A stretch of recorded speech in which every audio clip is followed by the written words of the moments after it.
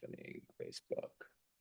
There you go. So Facebook allowed us to go live, and we are inside of the REI Marketing and Conversion Mastery group. We are bringing in a new topic every week or every other week. The idea is that you guys will be able to see a special guest that we'll have in podcast, and everyone that is in this Facebook group obviously we'll get to see that. Today I have a special one because I like when people are very focused and attention in a specific niche or a specific mastery. If you are doing everything and anything, you probably don't know everything or anything. And this person here that is coming into the podcast knows one simple thing. He knows how to do business in this specific niche, and it helped a lot of people. So we're gonna go over here. We have six people, and we're gonna bring in Phillip Vincent, seven people now. Hi, We're Esteban. How are you today, sir? doing well, man. Really looking forward to listen from you, learn from you, see how you're doing this niche the most out of it that you're currently are in, and kind of like talk to people in this podcast that we're gonna start exactly how you went about it and everything. Okay. Sure. I want to start with the name of your podcast. You called it Marketing and Conversion. Yeah. I love both of those words. I mean, we got into the real estate business, guys, to be home buyers, but we realized very quickly we're actually in the marketing business. And then you get your marketing machine on. Now you better follow up and you better convert them, right? Or it's all for waste if you don't do those two things. You have to market and you have to convert. So I love the name. So anyone listening right now, hello, I'm Phillip. I've been a real estate guy for 24 years, but back in 2011, I discovered the best lead source that I've ever found. And I'm going to share that with you guys today about what I do, about how my business looks today. And I'm excited to share it with you. All right. Sounds good. So let's do the intro, and then I will get you in. Okay. All right. Let me go here and let's start. Mic check. I'm good. Mic check, mic check. You can read about success all day long, but if you don't put in the work, the mindset, execution, and the hustle behind your vision, it just remains a dream. When everything goes wrong, you have to take all the responsibility. We uncover what high-level entrepreneurs, business owners do to rise up from hustling daily. So do what you feel passionate about. Take chances. The world becomes your library to help you to become better at your craft. Join me as I share with you actionable tips to help you grow your business, learn skills, and help you level up in your self-development journey. Your number one spot for business and personal growth is the Online Hustlers Podcast with your host, Esteban Andrade.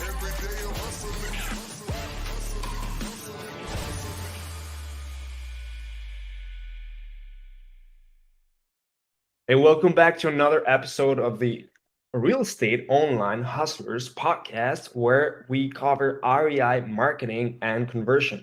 And everyone that is coming back as a listener, if you like other episodes, it just takes a minute where you give us a review and you tell us how much you like the other episodes or how much you enjoy this content, as we bring in guests and better guests every single time. Today, I have a special guest. And because of that, I want you to take 1 minute. It just takes 1 minute and give us a review on Apple Podcasts or Spotify, and that will help the algorithm and bringing in more people to see exactly how this is going to be bringing so much value in the real estate investing game. So today, this special episode, his name is Phillip Vincent, and he shared with me right before we start this that he loves the fact that we are called the REI marketing and conversion, and because it's all about that. And I'm going to bring him here today because he has a specific niche that I want you guys to get familiar with, where he's made a lot of money, hundreds of deals per year that he's doing, and he's helping a lot of people. Now he also teaches this as well, but he continuously just helps homeowners in this specific industry and in this economy. So what's going on, Phillip? Hi, thank you for having me on today. I'm excited to be on your podcast. Thanks, man. I told everyone that you love the fact that it's marketing on conversion episodes. And can you share with me like why you share that thought? And obviously, like like, who is Phillip Vincent? I'd love to know, for people to know exactly why are we listening to this guy who has a company called the Mom's House. So just if you can tell me more, people would love that. Well, sure, guys. I'm Phillip Vincent. I've been in this real estate business for 24 years, and I found my niche in 2011. So for the past almost 12 years now, I've been working in senior living, and I want to get to that. And we're going to talk about this blue ocean that I'm in. A lot of us were in marketing. Why I love marketing and conversion. The name of your podcast here is that we all got into real estate to be home buyers, right? Our goal is to buy houses or make money from this industry. And we realized really quickly we're actually in the marketing business.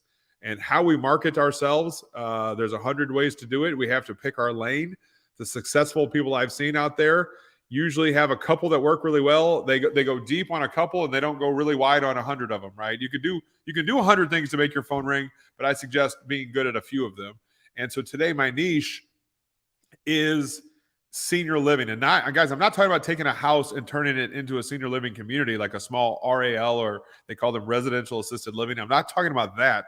I'm talking about if the two of us are brothers and we find out right now in this moment, we get a text on our phone that our mother has fell down again, and this time she's going to have hip surgery, and this time she has to move into 24-hour care. Immediately, you and I as brothers go into a scramble of where will mom get the best care? Followed up very quickly with how the heck are we going to pay for this? And what are we going to do with Mom's House, the name of my company, Mom's House? What are we going to do with Mom's House? And what are we going to do with all this stuff? And so I will take the Pepsi challenge. You're probably too young to know what that means, but back in the 80s, Pepsi challenged Coca-Cola to a taste test of who had the best. I'm telling you guys right now, these are the best leads. And I want to talk about what the nature is. You know, you guys are a marketing podcast. There's leads, and then there's good leads, and then there's bad leads. But what is the nature of a good lead in your mind? Like what makes a lead good? Well, first of all, that really wants to talk to you and solve a problem, and you're just gonna be the one that will navigate the solution. So it has the intention of like doing business with you and want to have a conversation. I think that's the number one thing. I agree. Number one, you just said it best. It's motivation. And I've noticed it's really hard to put my motivation on them. They either have motivation or they don't. You can't push people to have motivation, but you can pull them along the journey if they're already on the journey. So things like divorce, right? People get divorced and now they might need to sell the house. But when mom moves into senior living, guys, they sell the house 100% of the time. The motivation's from the doctor saying mom has to move. I don't have to convince them of motivation. They are heavily, heavily motivated. That's reason number one why these are the best leads. What else? What else makes a good lead in your mind? Well, they're willing to work out on a specific price or a win-win for both, and I understand that also, and the investor needs to make money, but at the same time, it's kind of like a two-way street, right? Like someone that is willing to work out the entire transaction part. Yep. So that's reason number three. I've got like 8 or 9 reasons why these are the best lead, but you just named number 3. As investors, we're looking for houses that we can add value to. If the house was 100% in perfect shape, the investor world probably doesn't get to buy that house because they would just sell it retail or some other option. And what you just said is we're looking for people that can negotiate with us to look for that win-win. What do they have to be able to do that? Normally, it's the word equity. They need to have equity.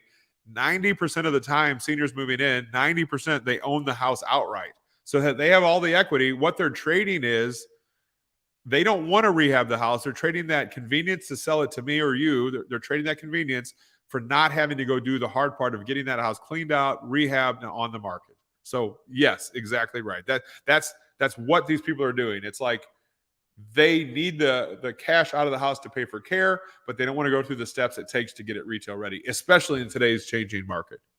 Mm-hmm. Great. So you want me to keep going? You want me to go kind of just like go through them? Why? I guess the other one would be that it doesn't cost me too much to actually generate that specific lead, and it's not too pricey, or right. I have that it actually gets me in return. That makes sense. What if I told you that the best leads in this business, reason number 6, is that these leads are free? if you know who to build a relationship with. The best leads in our business are actually free if you know who to build the relationship with. And what I teach is not only who they are, their job title, but where to find them, what to say. And a really big one, guys, is what not to say. I'm going to be very blunt with you guys right now. The investor word, that I word, we love it. We say it all the time. We're investors. It's on our Facebook page. It's everywhere. But in senior living, you have to have this word called empathy. You have to be empathetic. And when you say, if you go into a senior living community tomorrow and say you're an investor, all they're going to hear is, dun dun. All they're going to hear is, oh, sharks here. You know what I mean? And so you can't do it that way. And you have to think about how you present yourself to the world. And so I teach people on what not to be just as much as what I need you to be. And I need people to lead with the heart. For some of us listening right now, the empathy or that the transactional nature of just it's bricks and sticks and here's my offer and move to the next one. You're going to make money in real estate, but you're not going to do that with Mom's House. You have to lead with love. We're in the hugs and kisses business in a time when these families are going through some crap. It's one of the hardest times of their life, and it's no time for shenanigans. It's time to surround them with solutions. And if you can do that well, you'll buy a ton of houses just like I do. Love that. I'm curious about number 2. I think I skipped number 2. Well, yeah, we're right now. Number 1 is motivation. Number 2, it's equity. They own the house outright. 90% of the time, they just own it outright. Number 3, it's a house I can add value to. Even if it's clean, it's what I call lovingly grandma clean, where she's got the new hot water heater, she got the new roof, but the paneling's in the wrong spot, the carpet's the wrong. She's been living in this house for so long that she got her new kitchen in 1991 because they moved in 1972. She got her new kitchen in 1991. Now that kitchen has to be rehabbed as well because it's also dated. That's the third reason. It's a house we can add value to as investors. The fourth reason is there's less competition. Most of the time I'm not competing against anyone, no competition. And sometimes I compete against a real estate agent, but hardly ever is it me versus 10 other investors like all the other types of market. Guys, I've spent millions of dollars on marketing. I've been to the cattle calls where every investor in town, I know them all, right? I go into town and there's 9 other guys I know who are also doing direct mail. They're also doing pay-per-click. Like we're spending all this money only to compete with each other. Number 4 is there's no competition. The fifth one I think is the most important. A warm referral from the right person in senior living, that transfer of trust to me. You can be halfway incompetent and buy a lot of houses when that warm transfer of trust happens. Because when the attorney says, call Phillip, he's the most trusted guy in town. Guys, half the battle of being liked is over. The attorney said to call this guy. He must be the one that's going to fix the problem. The 6th reason, we already brought that up, these leads are free. And then the 7th one is this works in any economy. In fact, in a down economy, our value prop is even better. So right now, things are looking up for us, even though the market's kind of going down. The 8th reason is this F word. We all know the F word, not that one, but fulfillment. I don't hear anybody talking about fulfillment in real estate. I don't know any bandit sign guys or cold callers or people that do text message blasting that talk about the word fulfillment. I have a fulfilling job to where I love to help families. I see the weight come off of their shoulders and I get to help people. It's really the American dream, is to help a lot and to make a lot. And that's what I've got. It's what I've been grateful enough to do for the past 10 plus years. And I'm excited to share it with you guys. Love that. Now, if we were to go back, I know you said you started this niche around 2011, but you've been in real estate for like over 25 years. Yeah, 24 years since the year 2000. Man. Well, really like late 90s, like late 99 is probably when it really started, when I started building houses. Wow, man, that's crazy. I was in diapers. Exactly. Right. It's been, I've seen lots of ups and downs in this business. And by you being able to remain in the real estate niche, have you had any like shiny objects along the way that kind of like distracted you or like from real estate? Only every single day, guys. Every single day I'm distracted by shiny objects, right? My wife, for me, I'm a high achiever. So my half-ass gets a lot done. My wife's like, what happens if you put your whole efforts into this one thing? And that's what I've been doing for the past 3 years, building this national company called Mom's House, is because the need is great. We need a bigger boat. We need more people to help us with this.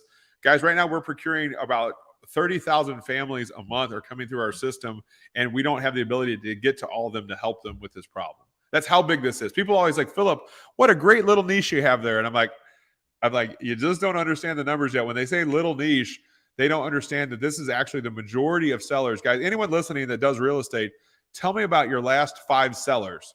Were they 28 years old or were they 82 years old? And when you really think about it, you're like, oh crap, I think I've been working these already. I think I've already been doing this, right? But then have we built a system around getting those to come to you on a conveyor belt, like an endless supply of leads? And I want everybody to hear this. I've been doing this for 10 plus years in senior living. I was ahead of my time. The wave is happening right now. The next 15 years, you guys can look it up. It's called the Silver Tsunami. It's happening right now. We have 15 years. There's over 21 million boomers, and their parents are going to be selling their houses over the next 15 years. And that $10 trillion in real estate that they own, a wise man once told me, you're going to work in senior living whether you want to or not, so you might as well embrace it. And I'm being honest, guys, this is where real estate's coming from. These are the people who are selling us the houses, is the senior, and you need to know how to work with their adult children and the senior themselves. Yeah. When obviously you've made a lot of money by helping a lot of people too, but you made a lot of money in these deals, in this specific niche. And I want to understand, like, when you were like back in 2011, what shift happened in your mind? Be like, seems like whenever people want to go to a niche, it's because they understand, first of all, focus. They understand that attention needs to go to a place that if you go all in into that, you create a brand, you create an authority, you become an authority in specific things. But I just want to know exactly what went through your mind, and what exactly was happening down there when you went all into Mom's House and creating Mom's House. Great question. In 2011, I was looking at all the direct response marketing we were doing. We were spending $20,000 or $30,000 a month on pay-per-click, on direct mail, on bandit signs, on radio, TV, all the things you can spend money on. We were challenged with, hey, for every deal that we get done via direct response, can we also go out and get one deal done via relationships? So most of the other acquisition guys on our team, what did they do? They'd go get relationships with real estate agents and other wholesalers. And guys, that is a good way to get deals done, is building relationships with real estate agents and other wholesalers. But what's the problem with those two people?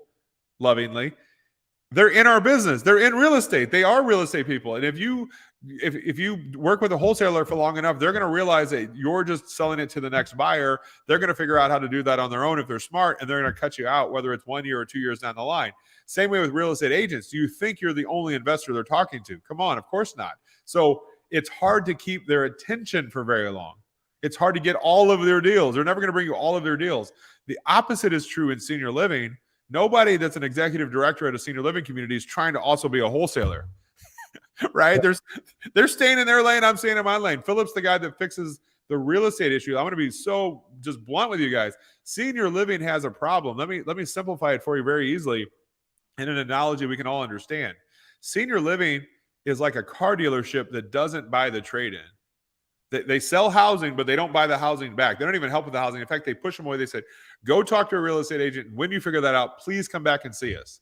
They spend millions of dollars only to push their customer right back out the door. And Mom's House is changing that at a national level. I heard somebody say the other day about, because we're in the CRMs of senior living, we are now part of the senior living sales process.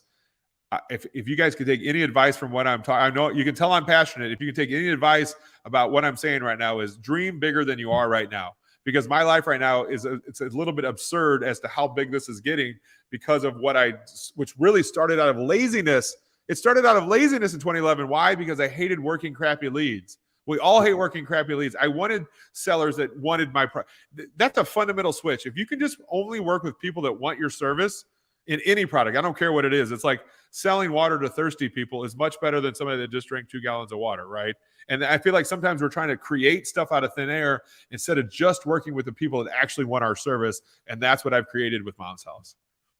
Yeah, and what has been that domino effect that you created so far? Like, so 2011, you were doing all these marketing channels that were now bringing the leads that you really want, and then you started understanding that you could add tremendous value to senior living, to that niche, to that specific people.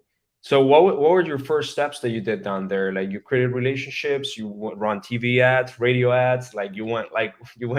No, it was worse than that. I walked in the front door and I said everything wrong. So forgive me for this next date, and everyone. I'm telling you out of the gate, this is what I did, but don't ever do this. I walked in the front door of the senior living community. I just walked in with my big old personality. Hey, I'm Philip, and I buy houses from older people that are moving into nursing homes, and I'm an investor. In that sentence, I said at least 3 things that you should never, ever say. First of all, you should never just walk in the front door. That's not how to do it. And all 3 things I said is wrong, wrong, and wrong. So my point is that I just did it with my bravado.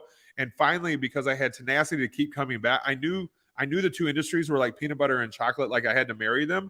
But I did it wrong, guys. And my whole training is so people don't do it wrong, because if you show up as an investor, you show up as a real estate agent, you're not going to have the success. And I was stubborn enough to keep going. My whole entire playbook is what I teach about. Don't have the pitfalls that I did. Start off with this, you're on the 1 yard line instead of starting from the 20, from the kickoff, right? You're on the 1, you just got to drive it in, because we've already got the system in place to go do this the right way. Well, I just feel like when you came in and you said that, basically the defense walls went up, the defense mechanism went up, and they just, I don't know, the Latina seniors will throw you the chancleta, be like, get the hell out of here. Exactly. I think the American, the English will be like, get the hell out of here. I did it wrong, and that was the point.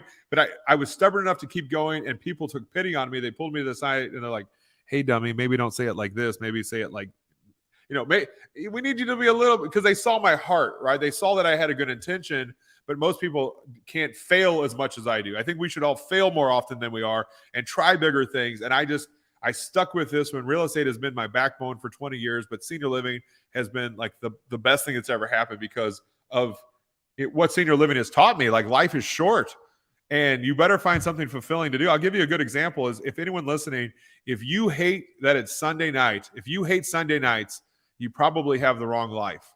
And it's because if you're mad that you got to go to work tomorrow, you have the wrong life. I don't know about you. I know you're a jovial guy, a happy guy like me. I don't care if it's Monday or Saturday or Friday. I'm the same happy dude every day because I have a life that I love. And so I think that fulfillment, I'm being serious. I think number 8 is probably one of the biggest ones. I have a fulfilling life. I get to help people. The byproduct of helping people is making a great living. I love that, man. Now, I'm pretty sure with this passion that you carry and the willingness to make it work, you somehow created like not a script, but a framework on how to potentially like approach this senior living community and now do it right. Instead of saying, oh, I'm an investor, I want to take your money and I want to buy real estate. So like, how'd you switch it up? Like, how'd you end up switching up that framework to approach these people?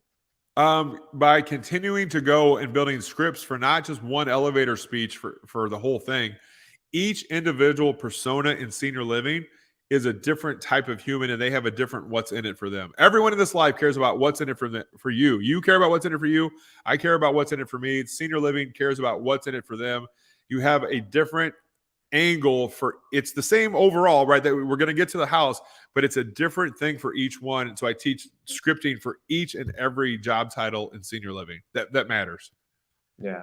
Well, look, man, I think it's very relatable to me because I went into one niche. I started this business in like fulfilling different people. Like, we are a digital marketing agency, right? We're a digital marketing company. And as a digital marketer, the digital marketing agency, you can do lawyers, you can do gym owners, you can do real estate agents, you can do real estate investors, you can do dentists, anything. And at the beginning, a lot of people want to do a lot of different things. But what I ended up doing was I chose the right niche that I was passionate about, that whenever I spoke with this individual, it was like, wow, I connect with them. Like, we truly can add value to each other. So I went in to work with real estate investors because when I was working with real estate agents, I hated the fact that they only took it as a job. And when I was working with gym owners or personal trainers, there was a lot of brokies, and yes, a lot of great people and, excited people to work it out, but still, like, there's a lot of brokies. And yeah, no money, right? Exactly. And so I went into one specific niche, and I created frameworks and I created systems around that. So only real estate wholesalers and real estate investors, right? Obviously, we got flippers in there and I created finance investors too. But it relates a lot to me because you are already working with them. Like you said, you mentioned that you're already working with them. Like, what would you say were the benefits of you going deeply into this specific focus, attention to senior living? It's clear. My business comes to me. So when I lay on my pillow at night, I don't think about my next marketing ad spend because I don't do that anymore. My business comes to me. In fact, I just had a call. I just missed a call from one of my lead sources right now.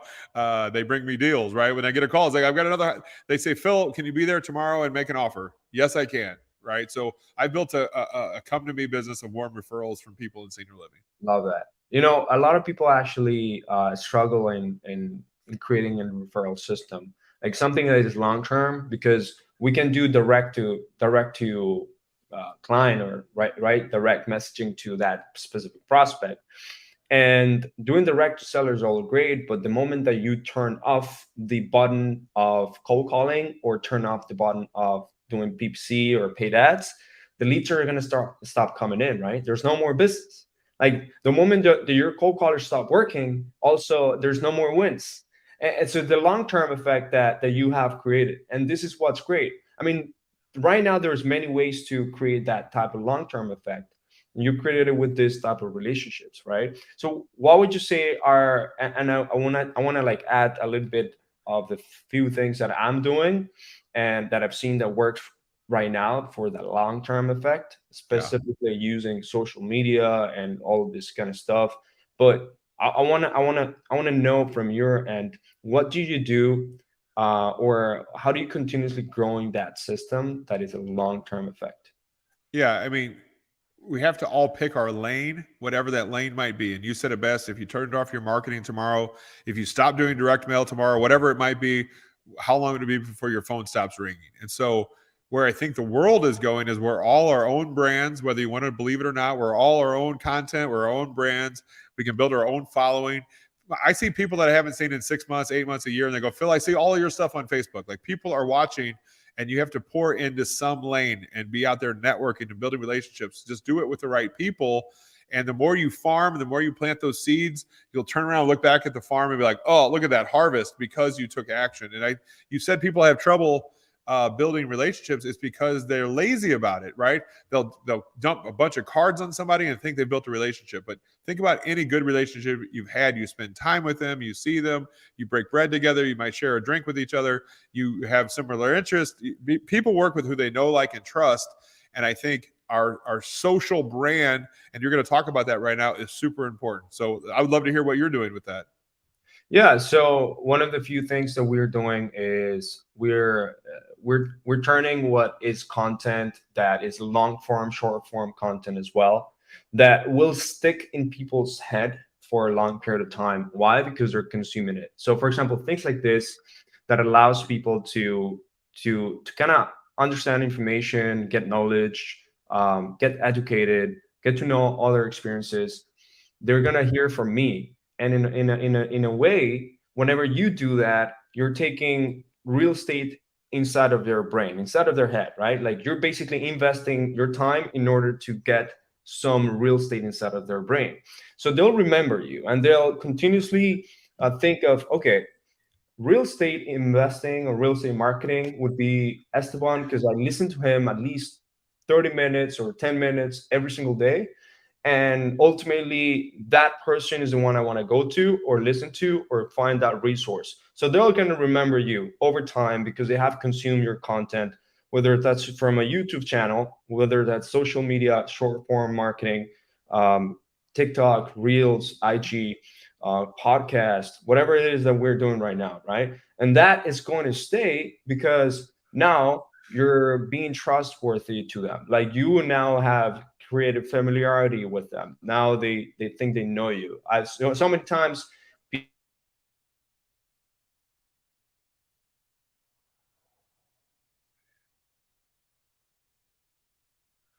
with my camera. There, on a There it mask, is.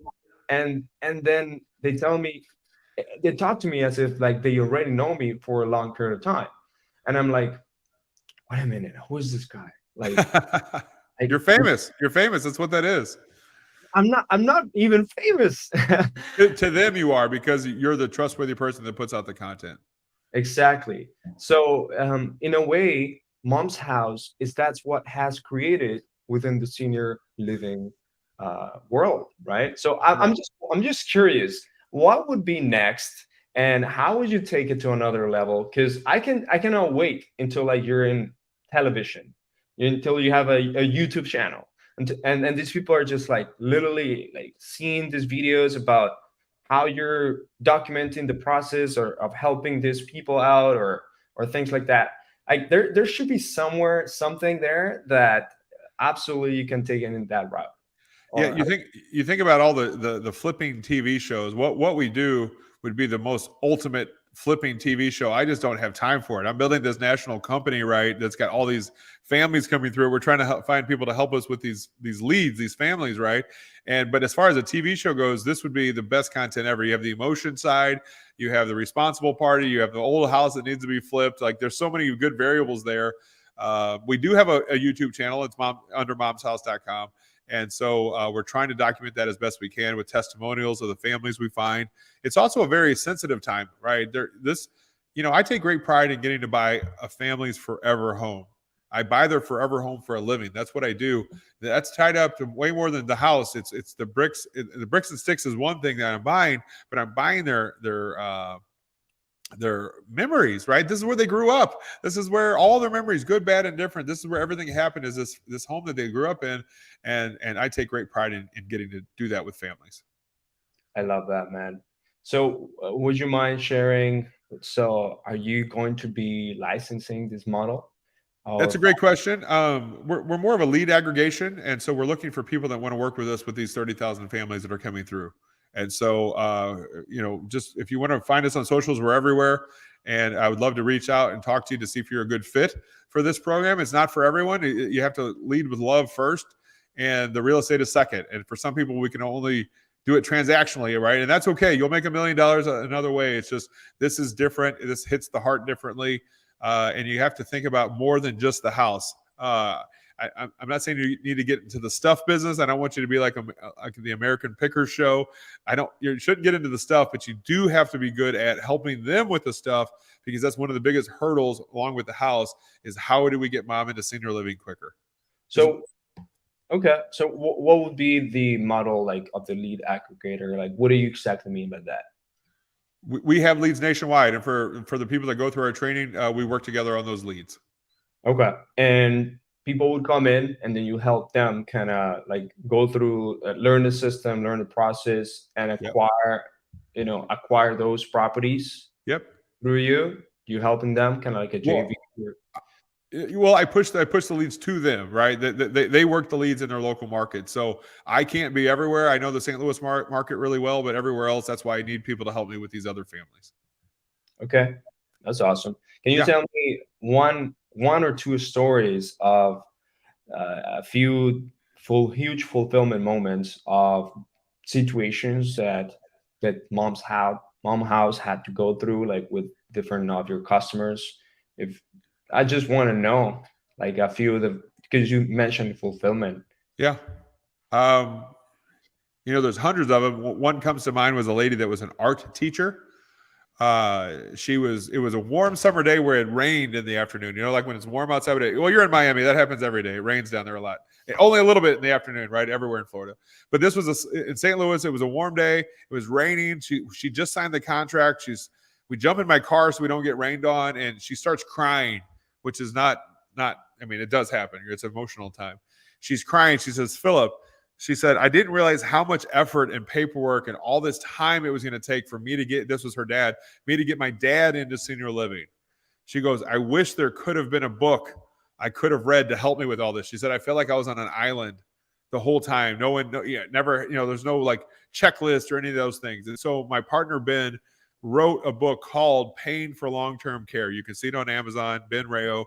Paying for long-term care. It's a free give. It's not even a commercial about mom's house. It's really truly helping that lady that was sitting in my car to go, I didn't know I had this option. I have this option. I have this option, right? So we've written that book because there's tens of thousands of people a month going through this, and we need to help them more than we're doing today.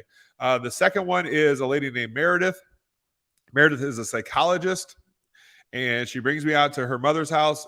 This was a 14-year-old duplex, basically a house, but they're attached, right? And it was only 14 years old, so it wasn't mom's forever home, but she had been there, since it was new. It was 14 years old, which means, no plumbing issues or no, usually roofs were still good, all those things. But this was a problem where they had cats. Mom had lots of cats, and we all know what cats do. They stink to high heaven, and this cats ran everywhere. And so mom was already out of the house, and it was only about a $17,000 rehab. I needed to do new paint, new carpet, just surfaces. In our world, a little tiny little baby rehab, right? And so I give her my numbers. I say, hey, here's what I would do to get this thing retail ready. And she calls me back the next day and says, Phillip, my brothers are contractors. I gave them your rehab list. We're just going to go ahead and do it. And I'm like, crap. Right? I'm like, okay. 6 months goes by. She calls me back and says, hey, Phillip, it's Meredith. I said, hey, Meredith, how you doing? She said, does your offer still stand? And I said, what's going on? And she goes, well, the 6 months ago, the last time, I was there, she goes, that was the last time I've been back to the house was when I was with you 6 months ago. So she had the intention of having her brother come on. I said, well, I thought your brothers were going to rehab it. She goes, yeah, they're contractors. They're really, really busy. They didn't get the time to go rehab it. So that house sat there for 6 months with a little tiny baby rehab in a family that knows how to rehab. They're freaking contractors. They should have did it on their own. And she goes, I didn't even go back. I had good intentions, but it fell through. My point to this is that even families that know how to rehab a house, which most don't, even families that do know how to rehab sometimes sell to me because it's about the time and the convenience, and they want to trade equity for their equity for time. They don't want to do it or mess with it. I buy a lot of houses that way. This is what the industry wants. When you're dealing with mom moving into senior living, the last thing you want to do is go do a rehab on mom's house. Okay. And are these so this type of deals that you've been getting, like how long does it usually take for a person to get money, like the sales conversion cycle and things like that? I mean, as few as 7 to 10 days we can close. I mean, most typical deals are 30 days, like I would say normal, if you're ever going to put that word on something. But really the question I like to flip backwards and say to the seller, if you could take your magic wand out, what's the perfect day for you to close? And usually I can do the day that they want. Okay. And so you're saying whenever you're receiving leads that obviously are from referrals, there's not too much resistance or let's say sales process per se, or you'd still have to be a great like sales individual in order to do this? I know that it comes from like this referral network, but like it doesn't have to be like this, because like someone from PPC has so many freaking competitors, right? Or cold callers that you have to do like a cold lead. You have to go through a sales process. How's that looking like for this type of sellers, this type of leads? It's very emotional, right? And so you're going to deal with people in a different emotional state. Some families want to get it done like yesterday, and some families are going to be slow. But what we know is there's an intent there. We know they're going to have to sell it. Whether they are slow or fast, we know in the next, 30, 60, 90, 180 days. In that window, they're going to be selling the house. And so for every family that wants to close in 10 days, there might be another one that needs 5 months. But it's usually because they're trying to get figured out what they're going to do with the stuff. And maybe, and so guys, imagine right now, if you knew that direct mail, they were going to sell it in the next 90 days, how much more valuable would direct mail would be if you knew all your direct mail they had to sell in 90 days? Right? So I'm not going to say it's an easy process. That'd be ludicrous to say it's easy. Of course not. You're dealing with humans going through an emotional time. You need to be trained on how to get to the root of the problem quicker, solve those issues, and then the promised land is getting to buy that house. So helping them with other things than the house is what we teach, because the house is like one checklist of 20 things. Like if you and I are brothers and mom has to move into senior living, we have no idea how much work it is to actually physically make that happen. The house is one piece, but we know it has to happen in that short window, which is why these families are so valuable to real estate. Great. And then after making sure that you agree with the seller, with the owner, and you go through, let's say, the fulfillment process, do you usually have to flip these properties? Do you wholesale this to other individuals? Like you take over this, and what's the exit strategy in here? Great question. When you have a source of leads and families, we like to call them families, not leads. I know, but for this podcast, we call it leads. It's a little bit easier. When you have a flow of families coming to you, you get to pick what you want to do with the houses that you want. Then you should wholesale off the rest. Meaning if you like rentals in 90210, then buy the rentals when they come in, and then wholesale off the rest. So there's a butt for every saddle, right? And so pick your lane, be good at what you do, and sell off the rest. That's the cool thing about having a lead flow. Now you get to be the front of it and push off what you don't want, but there's still money to be made that pays for your life by wholesaling off the things that you don't want to buy. Because a lot of times investors will go, nope, that doesn't hit my buy box. Sorry. Even though there's money right there in front of you, take that family in, help them, and then get them to the right person, right? We're problem solvers, and people sometimes can't get out of their own way to help themselves because they only think about themselves. And if you think about the others and trying to fix their problem, then that's you need to be thinking about that first. If I fix their problems, the byproduct of that is I get to buy the house. Okay. Now, talking about like being a brand, talking about understanding that you can niche down to something and become the authority of it, like very, very master it. For listeners out there that have thought about it, and maybe they do want to try the senior living niche, right? Maybe they do, but maybe there's other niches out there. How would you choose a specific niche? How would you choose to brand yourself around that niche? And what type of niches do you feel like there's opportunity as well in the real estate space? How you brand yourself is really important. I think the key is not lying to yourself. A leopard can't change its spots for very long before it wears out. You can't fake it till you make it, especially in senior living. Their job is to protect seniors. And so senior living is one niche. I think whatever you do, guys, whatever you decide on is stay the course. A direct mail buddy of mine told me that 90% of the time people do one direct mail drop, and quit. And do you think it's because they made so much money on that one campaign that they're retired now? Or do you think it's because it didn't work the way they thought? Right. And so whatever you're going to do, stay the course. And I think even with relationship building, you have to stay the course. And so in my training that we do with Mom's House, we very much talk about your branding, that we give the world what we want to use against us, good or bad. This is how humans are. And so you want to brand yourself in a loving way, not as an investor, not as a real estate agent, but as a senior transition specialist. So that's our particular niche. I'm still a big believer in direct mail, pay-per-click, but you have to be great at follow-up with all of these, guys. Follow-up is and there's technology now. When I first got started, I had to do it in my brain. There's follow-up. The Ferrari is in the follow-up. So you have to have a follow-up campaign before you even get started. Prepare for success, but you need to have it where it follows up, because you'll be surprised how many deals you're leaving on the table if you don't have a follow-up system. How do you currently follow up? And I guess one question would be, apart from the referral system that works in the long term, like what type of marketing channels you guys are using? Right now, it's just the senior living. We use REI Black Book as our CRM, and that does our follow-up for us. We do that with both the relationship side and our sellers. So we follow up with two different sets of people. Oh, that's huge. Honestly, I cannot imagine if you were to turn on let's say a paid marketing channel, whether that's direct mail, TV ads. I would say that TV ads for you guys would hit in a way. I think it would be huge. I'm not sure. I think it would be too. If we had the right call to action, it's all about that CTA, right? I mean, it cannot look like you said, like, do you trying to, like, your first time that you went and walked into that senior living place, cannot look like you're trying to take advantage of them. It cannot look like you're just be there to be an investor, right? It has to be properly, like, the message has to be properly be there. Even radio, I would say radio, like a lot of people will still look at radio. Have you tried any other like marketing channel like that? We're growing into those things. When you're at a national level like we are, these are $1 million decisions, and so it's not a little thing. So we're thinking about starting to test it in certain markets and then see growing it from there. Yeah, no, definitely.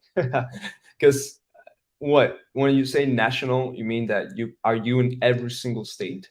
We are. There's not a lot going on in like Alaska and the Dakotas, but there's with over 30,000 families. There's only about 3,000 counties in the whole nation. So with 30,000, we have, we need coverage everywhere. We have more leads and more families than we know what to do with.